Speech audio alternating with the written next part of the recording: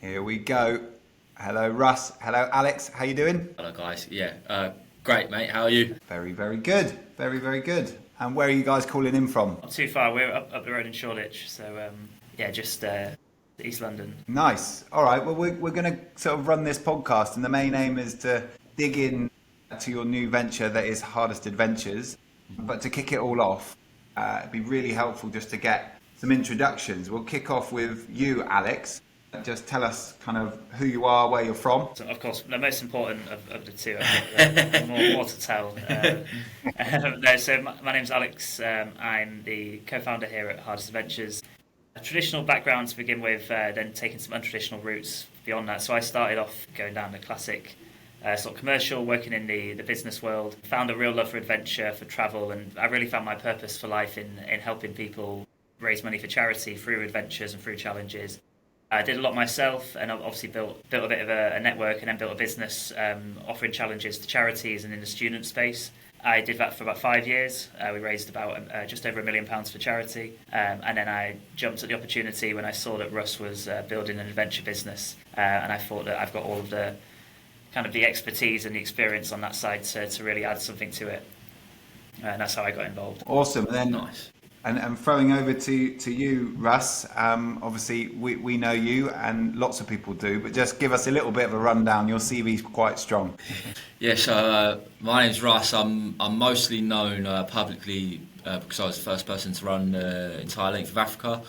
Finished last year. I've done a lot of physical and adventurous challenges in my life, and Africa was the biggest one. It took me 352 days, over 16,000 kilometres, 16 different countries. Overcome a lot throughout the journey, and then, when I finished, I kind of sat down and reflected on everything. I'd gone from a point where I was a young lad, really directionless, not sure what I wanted to do with my life, but now I had this intense search for meaning and wanted my life to mean something. And I'd gone on this huge kind of story arc of starting running and then getting into marathons, and then 8 years of training ultra marathons and finally completing Africa.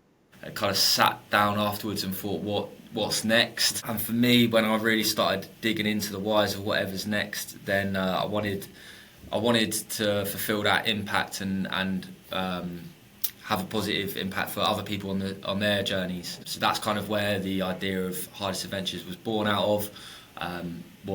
I think there's a lot of people that have a big appetite for a search for meaning, and I think a lot of us can find it through connecting with our bodies, connecting with the world, taking on challenges. So we wanted to set up a company that we think can facilitate that, and then also tell those stories. That's what was made Africa, the project, so successful, is that we were able to tell the story of it. So we want to do that for everyone that comes on a Hardest Adventure and takes on their own challenge as well. Awesome. Well, yeah, your story's been so well reported on, and it's just incredible on what you achieved, and it's a bit of a full circle moment because I think it was 2022 that you joined us at Blue Earth Summit. I remember your application came in. We had what we called the Adventure Pitch Tent, which actually you guys are going to be getting involved in again this year, and I remember the application coming through. The hardest geezer wants to run the length of Africa, and we were looking, we always do, we're looking for like pioneering adventures, but we're also sitting back going, like, seems pretty unrealistic, doesn't it? Yeah. And then it came in, and then obviously it actually ticked every single box of what we want, never been done before, pioneering, showing resilience, all that kind of stuff. And then I remember I was in the audience, you sort of watching it. It's still like the way you burst onto stage at the time. I don't think you were wearing any shoes because you were looking for a shoe sponsor. And we're like, I'm gonna run the length of Africa. Still, I'll be brutally honest. I was like, I don't know. Yeah. And it's so cool that like here we are now. You've done it. You've picked up an amazing following, and deservedly so. And now you've got that opportunity to sort of go again with the next adventure, which arguably, and we'll get into it, is going to be one of the hardest, and there's a loads to learn, but I'm sure there's so much that you can kind of bring from what you've done on your challenges into what you're doing in business, and working closely with Alex. I reckon that's probably a big help. So yeah, we're really excited to have you back in our community and now supporting you with the next challenge, which is Hardest Adventures. So just in a nutshell, it would be brilliant if you guys could just explain what Hardest Adventures is and what it's trying to achieve. Yeah, I mean, so from my perspective, we're focused on two main things to start with. We want to give people genuinely amazing experiences. We've obviously both done our own adventures. We know how impactful and meaningful they are. We know that there's a huge appetite for it, and it's only growing. All the stats show that. So we want to really give people amazing experiences with these adventures that we take them on. And then we also really want to document these stories and present them and package them online and through media in a unique way that really cuts through a lot of the noise, by being authentic, by being genuine, and by creating really actually amazing moments. You know, that's from my line the top two things that we're focused on as a business is amazing experiences, documenting them in a really unique, powerful way. Yeah. Okay. I would only add, it's about making it matter is what we call it. Making life matter is what we want to do through media, through creating media that we can sell to brands, and obviously through offering it and creating adventures people can pay to join us on. And then obviously take on and really challenge and become a better version of themselves from doing so. Nice. And to kind of just dig into the inspiration on this kind of stuff, I imagine you had a bit of time of thinking on the African tarmac. Yeah. Running along. Was that kind of, you got yourself into a position, well, I think you kind of explained it in your intro, of kind of you were a little bit lost prior to doing these sort of things, but then you found your thing, which I think is so important in the world, that everyone's got a chance, but you've got to find your thing to kind of fully dive in and give it a go. And it is your kind of inspiration that sits behind this to say, how can you get more people inspired by the mega adventures that are out there in the world? Yeah, definitely, man. I think that's a huge part of it. I also think that, you know, there's a bit of a tide at the moment in society where a lot of things are becoming more virtual. There's a huge rise in AI. We all know that's a big wave coming, but I think for me, when I see all of that happening, I think, you know, great, hopefully it has amazing impacts on our world, but also the fact that, you know, people will want to connect with other humans in real life. They'll want to connect with nature, and they want to challenge themselves. They want to connect with themselves and see what their body is actually capable of. And the one thing that you can't replace on that is a proper, authentic, meaningful challenge and adventure in the world. So we're kind of taking a bold bet on that appetite only growing for that. And it becoming more valuable for people. I think it's going to be such a huge component in people's lives. So we want to do that the best we can and really just lead the market in that. Yeah, definitely. I think there's loads that we kind of resonate in a few different ways with Blue Earth. One is there's no doubt that AI and the robots are coming. Like, we're seeing it sort of engulf everything at the moment. And there's some jobs where I'm sure people are sitting in seats going, what does that mean for me? Yeah. But I think where there's kind of the experiential side, I think the stock of experiences is only going to go up. We hope, from a Blue Earth standpoint anyway, when we convene people, when humans come together, that those times are even more valuable. And actually is so competitive, time is so competitive that you've got to use it so wisely. And so that's on one side on the events, but actually that connection to the outdoors and adventure, like the power and impact that can go and have on shaping people's lives. My connection to kind of the ocean, I love anything to do with kind of running, surfing, cycling, and just if I'm not at work, I want to be outside on a trail, hiking a mountain, in the ocean, surfing.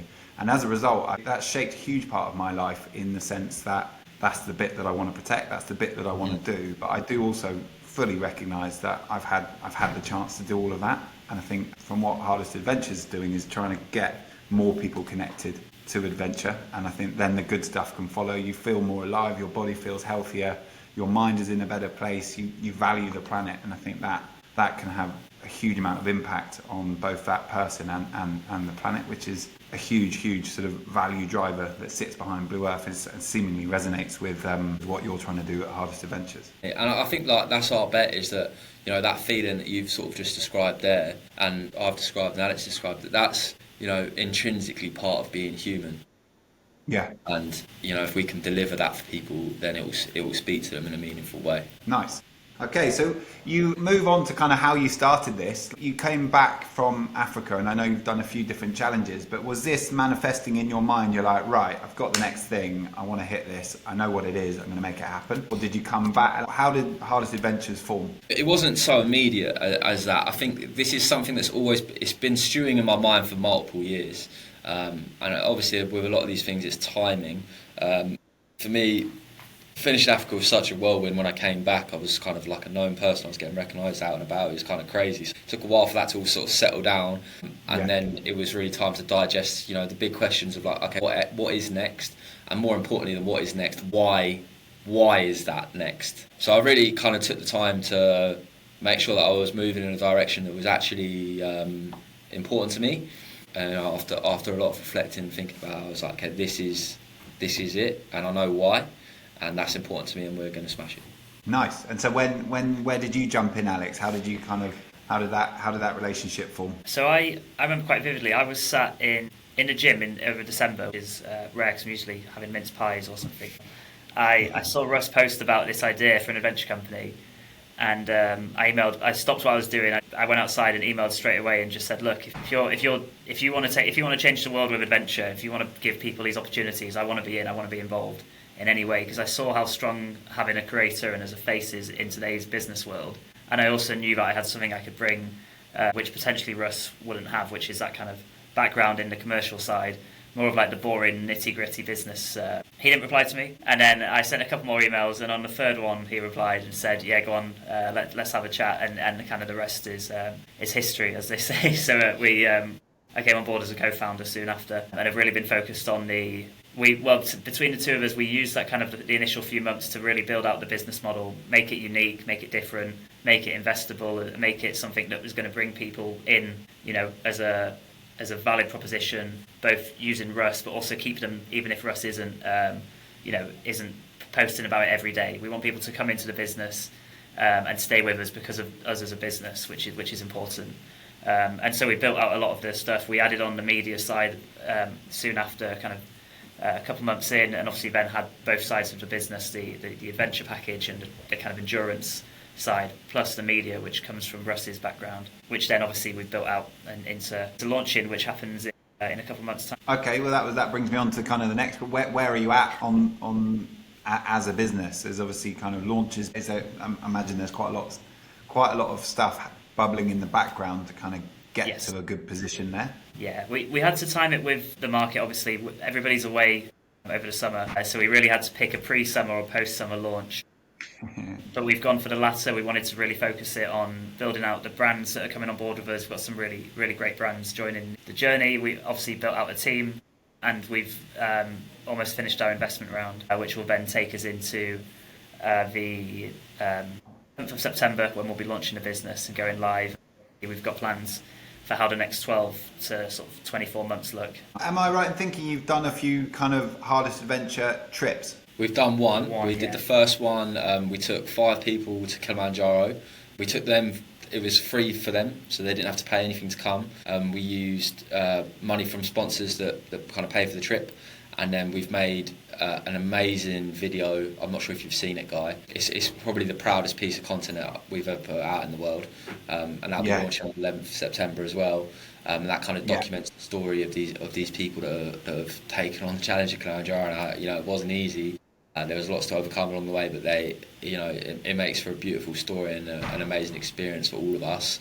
Much more of that to come. Yeah, I have been lucky enough to have a bit of a sneak peek at that, and even before, just hearing Alex explain some of the stories and following some of the stuff that was happening on your Instagram channel. There's a few stories in there that, like, spine-tingling, tear-jerking, amazing, inspiring stories, and the kind of the opportunities you're giving people are just insane.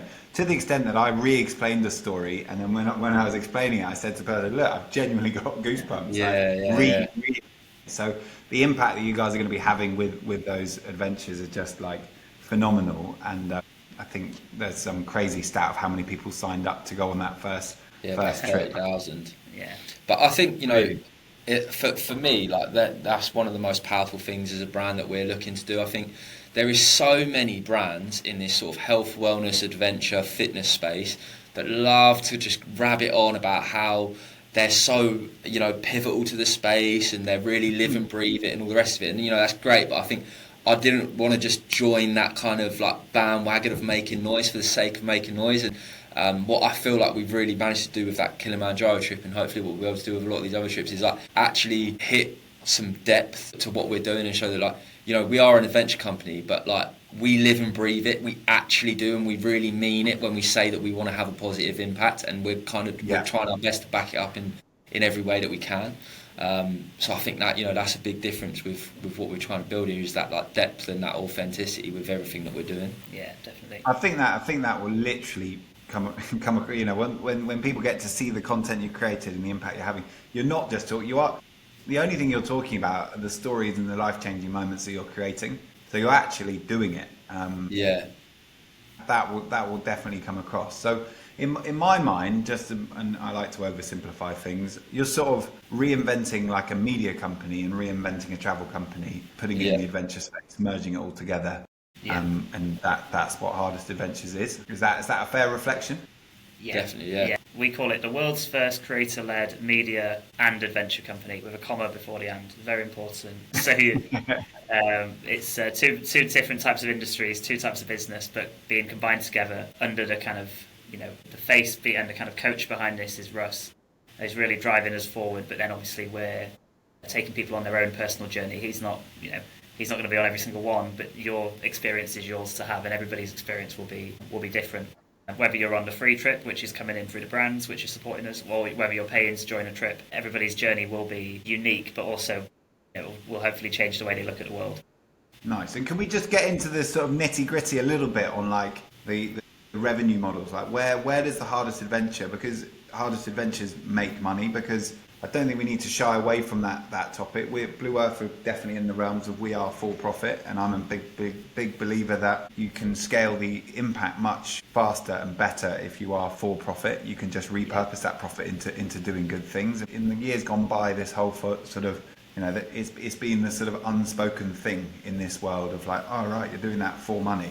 But the age-old saying of money does make the world go round is definitely true, and I think there's quite a few projects out there that are kind of held back by being not for profit and not having that kind of business mindset. But it really strikes me that you've got a new model that can have a massive amount of impact and be really commercially successful. So I'd love just to kind of just dig in a little bit into where you will drive revenues from and how that kind of differs, because I think there's some quite unique elements that sit within that. Well, it's I mean, we say between us that the deeper your pockets, the more impact you can have. Whether you like it or not, that's the way the world is, and it's what we want to be as strong commercially as we can be, so that we can drive forward innovation and change and different ideas. If we kind of break it down following the customer journey, so a customer may see us online on YouTube, on Russ's channels, on a free trip. Those free trips from a revenue perspective are paid for by brands, which pay. We're looking at about 3 or 4 key brands over the next couple of years, which will be paying some for advertisement space, in some sizable chunks, depending on the integration that we're doing with them. And obviously then we're locked in on that side. We've got and that becomes our media and our marketing arm. Then people that see them will then come through to us as a company and be more engaged with the experiences. They might be buying our run-in packages, so 4 days in Paris and then you run the marathon on day 3 there, which we've got spaces for. Or you might book to actually join us for 2.5 weeks or a week and a half in Tanzania climbing Kilimanjaro off the back of the Kilimanjaro video, in which case then we'll be offering merchandise, working with other brands to sell products into that audience and extension opportunities within that. So there's a real journey within the revenue side of where we can draw income without really feeling like we're overselling and overdoing stuff. So we've monetized the entire customer journey from the second they see us as interest all the way through to once they've booked with us and beyond. Okay, so it's quite a unique model, but there's elements. The bit that kind of I think is the special sauce is this idea, exactly the Kilimanjaro trip. So the idea around that is that you kind of invite people to apply to come on an epic adventure. You get the amazing people, give them an opportunity literally that will change their life, and then the revenue that would come from that is that the brand partners can get involved, be part of the story, support the adventure. That I just think is so hard hitting, and it's just got like impact at the core, and it's pretty cool that you can kind of change someone's life. They don't have to dig into their pocket. These are probably people that would never have the chance to climb Kilimanjaro or do something different. And then the other side of it is you guys are going to be pretty good at running adventures, be it long runs, medium-sized runs, like climbing mountains, all that kind of stuff, that people can kind of come to you guys as Hardest Adventures, and you can serve them in that sense. I think from a revenue point of view as well, there's so many different areas that we can kind of like diversify off from that. Even just you think about the media point of view, it's like, all right, we've shown you this Kilimanjaro video. We start a series of that. We've now got IP on a potential video series that could end up on a Netflix. It's really not a far-fetched idea at all. Yeah. That is literally just one angle on the media end that this could go down. Same with the adventure stuff. There's so many different. We're in the student, we're in the mass market. We can go to the corporate. There's just so many different angles for us to go down. Yeah, well, I think that piece of content that I've had a sneak peek on, like 30 minutes. I hope you don't mind. I said I wouldn't share anyone. I did watch it with my wife. That's better than most. She won't tell anyone. But that is like as good, if not better, than most TV that I've seen. It's so real. It's just genuinely having an impact. So it would not surprise me at all, especially with the character that you are, Russ. Like that could totally take off. But even without that, it still all stacks up. So I think you're in a pretty cool position with what you can do there. And then obviously the kind of people getting a little bit more stuck into kind of maybe the simpler, you can kind of pay to play and go on epic adventures supported by a super experienced team. That makes total sense. And how's it been on like that transition from running every day, literally marathons every day, into kind of knees under a table? Yeah, it's an interesting one because it's not necessarily something that I thought would happen, but in a lot of ways, it is still the adventure. I've done the adventure with my running, and now I'm on an adventure throughout this sort of business world. And I think what I'm really enjoying about this journey is, me and Alex together, we cover a decent amount of bases. Alex picks up a lot where I'm weak, likewise. But it's the same. I think we've got the same attitude that we've always had. I bowled into Africa not really knowing. There's what you don't know, and then there's stuff that you don't know that you don't even know. I think the most important thing is that we're hungry and we really want to make it happen, and we're super passionate about it.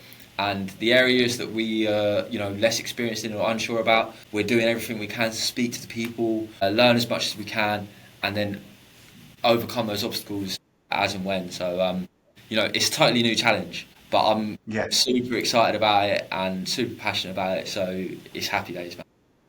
There's no doubt that the stuff that you went through as an adventurer, like running a business is so hard. I've been jumping around with businesses for the last 10, 15 years and always been in that kind of startup world. It is not straight, and I think there's pretty well reported that you got stuck on borders, you got held at gunpoint, like in a crazy sort of way. Like I feel like I've been held at gunpoint. Yeah, that's really nice to see it though. I've definitely been stuck on borders. Like how many times have you read a business book that says it's all about resilience? Yeah. So I don't think there's anyone that can challenge like, does Russ have what it takes to run a business? Because it is, you've just got to build up a kind of hard layer and just keep pushing through. And if you believe in something, you'll make it happen. That's it. So how much of that are you seeing, or kind of going, I can handle this because... Mate, if you'd have asked me about an investment round 6 months ago, I wouldn't have had a Scooby-Doo what I'm doing. And a lot of similar things with business, but it's all about, for me, is going, okay, right, what don't we know? Who can we get right? Alex, perfect guy. Let's get him in. He's handling this area. We're handling this area. Who else are we getting in? What's the next obstacle? There's always that faith that we are going to make this work. We're going to make it happen. And it's not a case of like if. It's just a case of how. How do we go around tackling this one? And some are more challenging than others. But I think with that attitude of we're here, we're going to show up, we're going to keep showing up, we're going to keep knocking on this door. We might encounter some setbacks, I'm sure we will, but we're going to be relentless with it, So that's what I think. We just keep going. Have that belief, and there's not much we can't overcome with that. Nice. And are you still managing?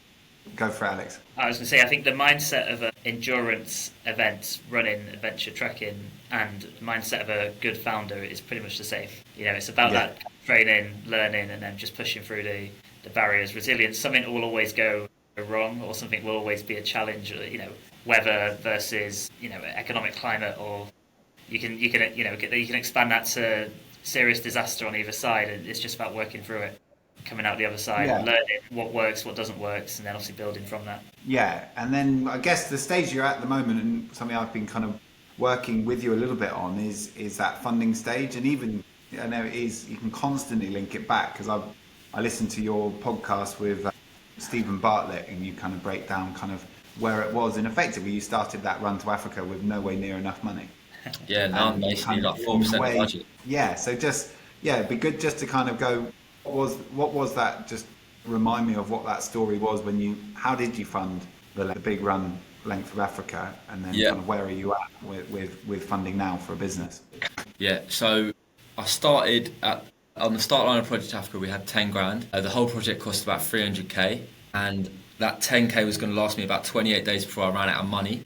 On day 16, I got a message from Stephen Bartlett, and he said, "Love what you're doing, Russ. Let me know how I can help." Obviously, knew that he's invested in multiple different companies, and I said, "Look, we could really do with some sponsorship.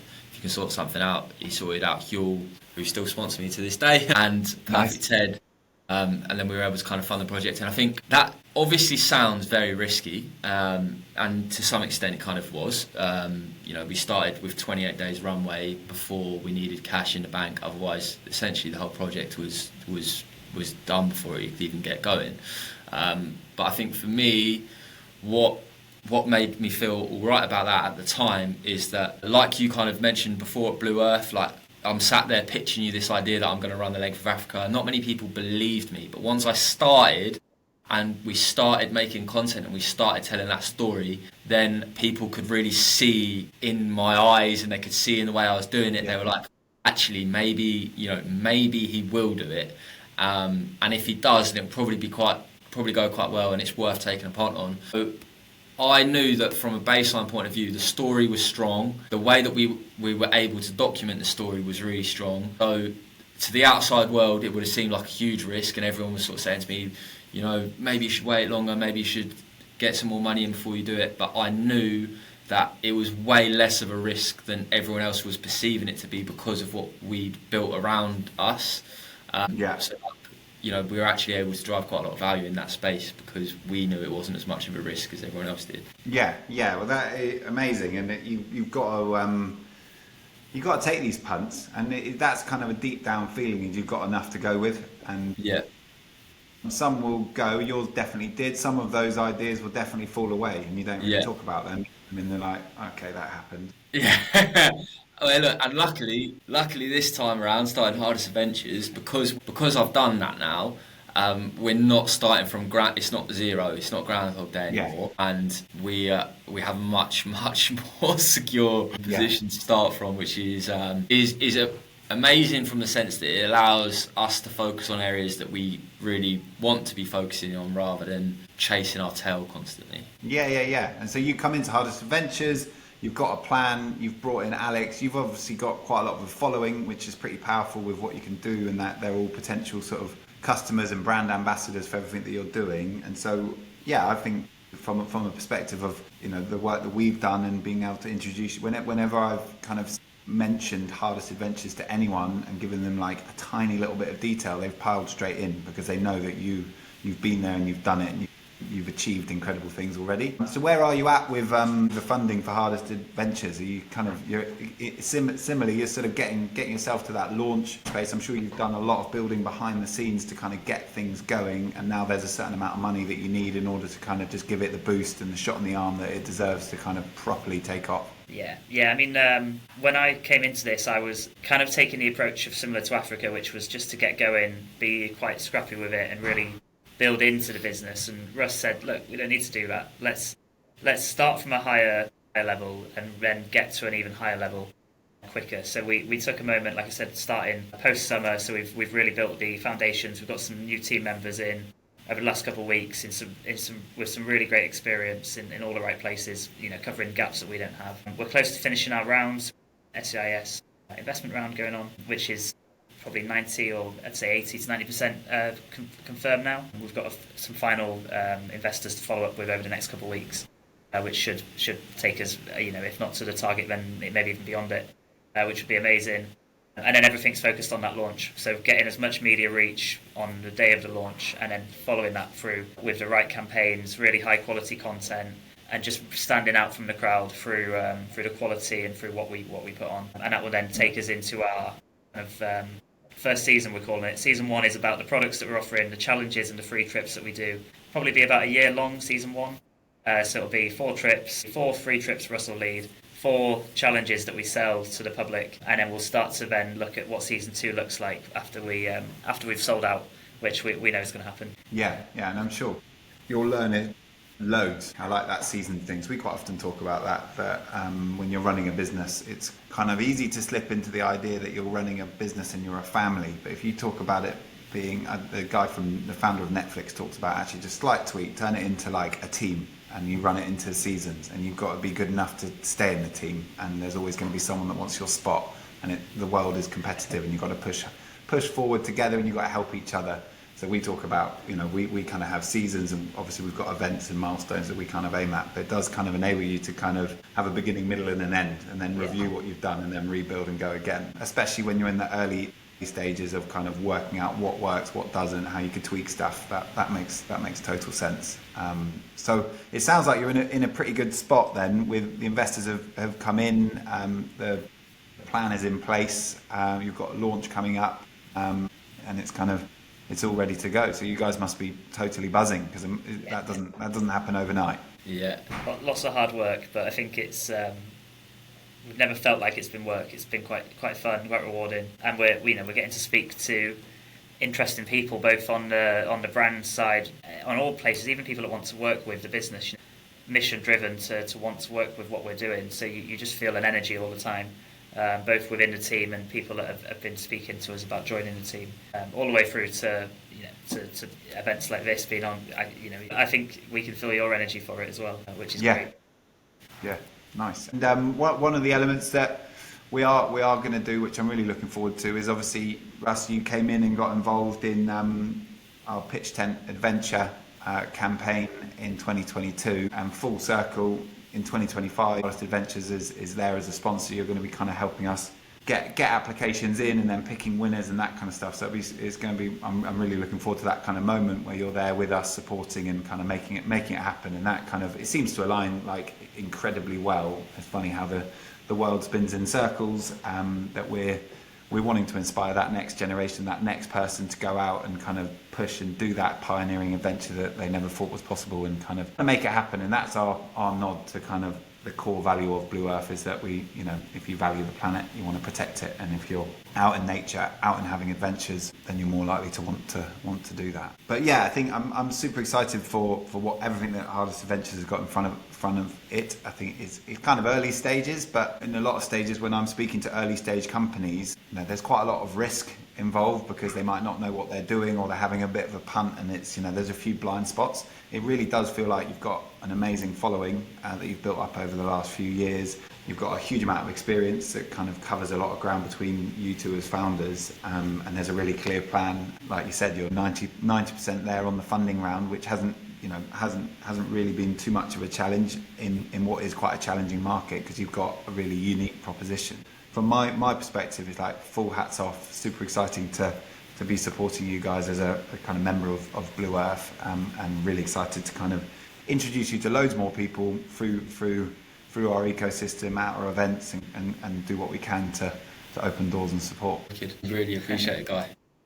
No problem at all. And just to wrap it up, I'm going to really put you on the spot, because we didn't have any sort of prep and talk about what we might talk about. I always like to finish these podcasts just with an idea from the people that have joined me on a business or a founder that's really inspiring them at the moment. Ideally someone that you kind of know, you've got a link to, that you just look at and go, that business that they're creating is flipping awesome because...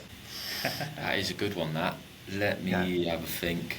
Business or like being at gunpoint. So some guys that I worked with that I've always found super inspiring has been the Perfect TED founders. So Levi, Teddy, Marissa. I don't know if you've ever encountered them. They sponsored me. Yeah. And they're a young team, and they came out and did a few bits with me, and I really could feel their like passion and energy to like make it happen. And that, Yeah. to me, that always speaks to me when someone's got that sort of headbutt through a wall energy.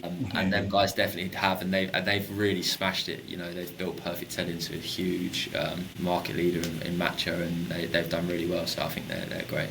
I think they were one of the fastest growing companies in the UK this year, which is Amazing. Yeah. Well, I thought that the activation and the way that they kind of supported you just suited it so well. Definitely was, the way that you were talking about the meal deal and all that kind of stuff, and kind of that back was really cool. And they've burst onto the scene, kind of created that matcha space. Not many people were even talking about it, so they kind of built a category and done it really well, which is very inspiring to see.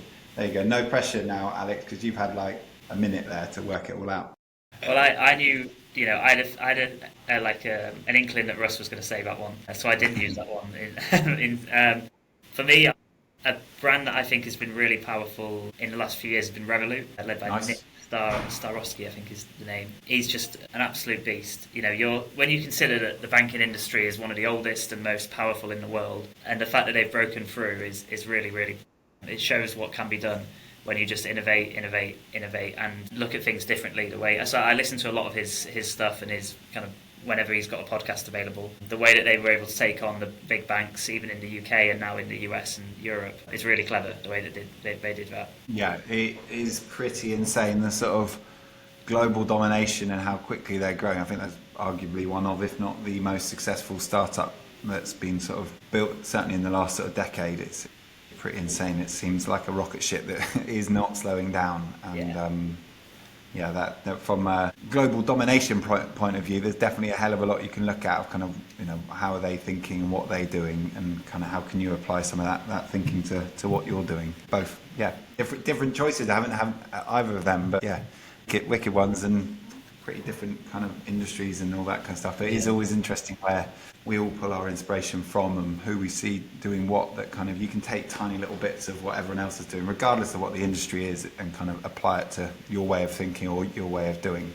There's loads that we've drawn upon on your experience in adventure, which has been both your experience in adventure and business. Yeah, it's been an absolute pleasure having you guys on. Like I said, really looking forward to helping you bash down doors as you build Hardest Adventures. I think they're going to be, a lot of the doors will be half open, because what you're doing is pretty special, and then really excited to see where this goes. So thank you very much for joining me, and looking forward to kind of catching up in person at the summit, and we'll be looking for the next adventure with the Pitch Tent Adventure, and doing what we can to help you. So thanks for joining. Thank you very much, Guy. Thank you, Guy. No problem. Cheers.